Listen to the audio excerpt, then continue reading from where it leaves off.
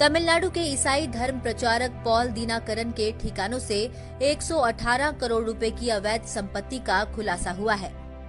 आयकर विभाग ने ईसाई मजहब के प्रचारक पॉल दीनाकरन के कई ठिकानों पर छापेमारी की, जिसके बाद उसकी 118 करोड़ रुपए की अवैध संपत्ति का खुलासा हुआ है। तमिलनाडु के ईसाई प्रचारक और उसकी कई संस्थाओं के खिलाफ बड़ी रकम की धोखाधड़ी और अवैध रूप से संपत्ति अर्जित करने और कर चोरी के कई आरोप हैं। विभाग ने उसके 25 ठिकानों पर छापा मारा था, जिसके बाद ये खुलासा हुआ। चेन्नई और कोयम्बटूर में दीनाकरन की संस्था जीसस कॉल्स मिनिस्ट्रीज से जुड़े 25 ठिकानों पर छापा मारा गया। दीनाकरन की संस्थाओं को विदेशी फंडिंग मिली थी, जिसे लेकर जांच की जा रही है। आयकर विभाग को कोयम्बटूर में दीनाकरन के आवास से 4.7 किलो सोना भी मिला है, जिसका कोई हिसाब किताब नहीं है। साथ ही 120 करोड़ रुपए की ऐसी आय का पता चला है, जिसका कोई पुष्ट दस्तावेज नहीं था। बता दें कि जीसस कॉल्स मिनिस्ट्रीज और करुण्या यूनिवर्सिटी अगर कोई ये साबित करे कि हमने ये बोला हो कि भाई साहब तू अपना सब कुछ छोड़ के यीशु मसीह में आजा, हम तुझे 50,000 रुपए देंगे, ये गुनाह है, ये पाप है। या हम तेरी टांगे तोड़ देंगे, ये पाप है, ये गुनाह है, ये लॉ के खिलाफ है। आप किसी भी बंदे को यीशु मसीह के बारे में बता सकते हो, वो कितना भी बड़ा धर्म का अगुवा क्यों ना हो, वो किसी भी धर्म का, आप उसको भी बता सकते हो। आपको कोई चैलेंज नहीं है, कोई आप पर केस नहीं कर, जो ऑफिसर आप पर केस करेगा वो सस्पेंड होगा, उस पर भी केस किया जाएगा फ्यूचर में, आप देख लेना। ये लॉ में है। लॉ को कोई चैलेंज नहीं। मैं अपने लोगों को बोलता हूं कि जिस मर्जी से पंगा ले सकते हो, लॉ से कभी कोई पंगा नहीं। ये बिल्डिंग्स, ये चीजें, मेरी एनजीओ, हर एक चीज लॉ के हिसाब से हम चलाते हैं। हमारे पास लाखों लोग हो, लाखों सपोर्ट हो, सरकार की, गैर सरकार की, लेकिन हम कभी भी लॉ के खिलाफ मेरे जाना पसंद नहीं करता हूं। शुरू से मुझे लॉ पसंद है। मुझे मालूम है कि परमेश्वर लॉ से बंधा हुआ है। हमें भी लॉ की इज्जत करनी है, चाहे वो देश का हो, चाहे वो बाइबल का लॉ हो। इसलिए मैं आपको कहीं किसी जगह पे नहीं मिलता हूं। कोई मुझे मिलने के लिए अपनी जगहों पे नहीं बुला सकता। मैं उसे बताता हूं, भाई मैं तेरे धार्मिक प्लेस पे नहीं आ सकता, मेरा लॉ मुझे इजाजत नहीं देता कि मैं तेरे पास आऊं। हम किसी ऐसी जगह मिल लेंगे जहां ना तेरा धार्मिक प्लेस हो ना मेरा हो। आमीन। कितने मेरी बात को समझ रहे हैं? इसलिए जब कोई आपको ये बोलता है कि तूने धर्म परिवर्तन किया, तो वो भी पाप नहीं है, वो भी लॉ, इंडियन लॉ के हिसाब से वो गलत नहीं है। किसी को आप यीशु मसीह के बारे में बताएं, वो अपने धर्म का जितना मर्जी ऊंची पोजीशन पे हो, इस बात पर भी आप पर केस नहीं किया जा सकता। हालेलुया। इसलिए एक्शन कमेटी का गठन कर दिया गया है। कल एक पास्टर को रास्ते में किसी ने कुछ मारने की कोशिश की, तो मैंने उनको बताया था कि हम कड़ी निंदा नहीं करेंगे कि फलाने ने बुरा किया, ढमकाने ने बुरा किया। उस पास्टर का सारा खर्चा, उसकी सारी हॉस्पिटल का खर्चा एक्शन कमेटी ने उठाया। उसको, उसके घर में 20,000 महीना सपोर्ट लगाई। उसको कौम का हीरो बनाएंगे, उसको सम्मानित करेंगे, उसको बुलाएंगे, उसको हार देंगे।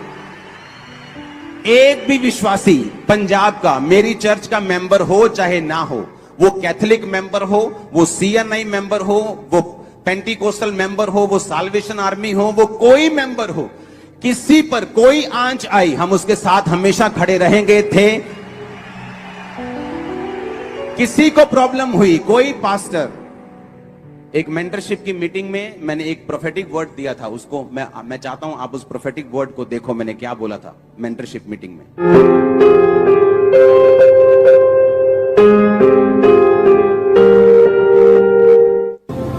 और यीशु मसीह हमारे जीवन से बातें करेगा, लोगों के जीवन के उद्धार के लिए।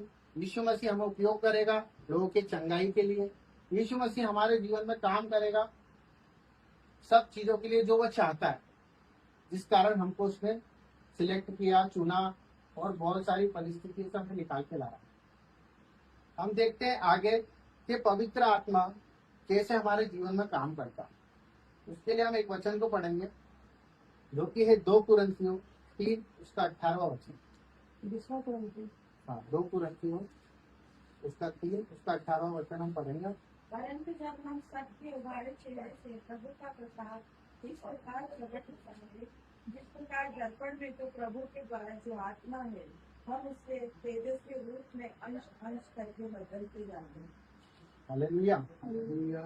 पवित्र आत्मा केवल हमारी परिस्थितियों के लिए नहीं आया, और पवित्र आत्मा हमारे चमत्कार के लिए नहीं आया। पवित्र आत्मा हमारे जीवन के चरित्र को बदलने के लिए आया, हमारे जीवन में समझ और पाप का बोध को समझाने के लिए आया। हम वचन पढ़ेंगे पर हमें समझ नहीं है, तो वो हमारे लिए सिर्फ एक पढ़ना होता है। जैसे कोई भी इंग्लिश में वर्ड लिखा है और हम उसको अगर हिंदी में ट्रांसलेट नहीं कर पा रहे तो वो सिर्फ लिखा हमने पढ़ लिया। तो ट्रांसलेटर के लिए प्रभु ने पवित्र आत्मा हमें दिया और वो हमारे जीवन में काम करता है। एक और वचन को पढ़ेंगे, यशाया 28 उसका 26वां वचन।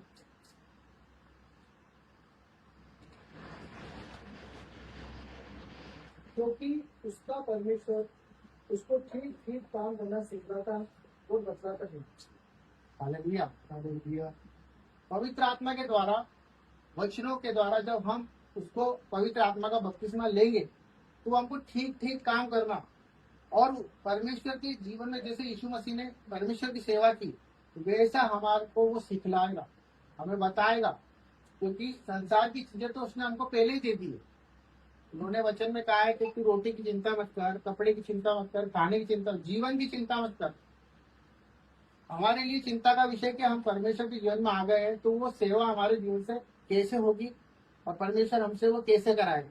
जब हम पवित्र आत्मा का बपतिस्मा लेंगे, पानी से तो हमने लिया, पर पवित्र आत्मा का बपतिस्मा हम जब लेंगे तो पवित्र आत्मा हमारे अंदर ठीक ठीक समय पर वचनों को और काम को भी कराएगा। और उसी प्रकार जब हम चंगाइयों को देखना चाहते हैं, हम बहुत सी जगह पे रोगी, अपने आप को दोषी, अपने आप को हीनता, अपने आप को ऐसा देखते हैं कि हमारे जीवन में कुछ भी नहीं हो रहा। यही वो पवित्र आत्मा का बपतिस्मा है जो हमें उस गंदगी से, उस पाप से छुड़ा सकता है।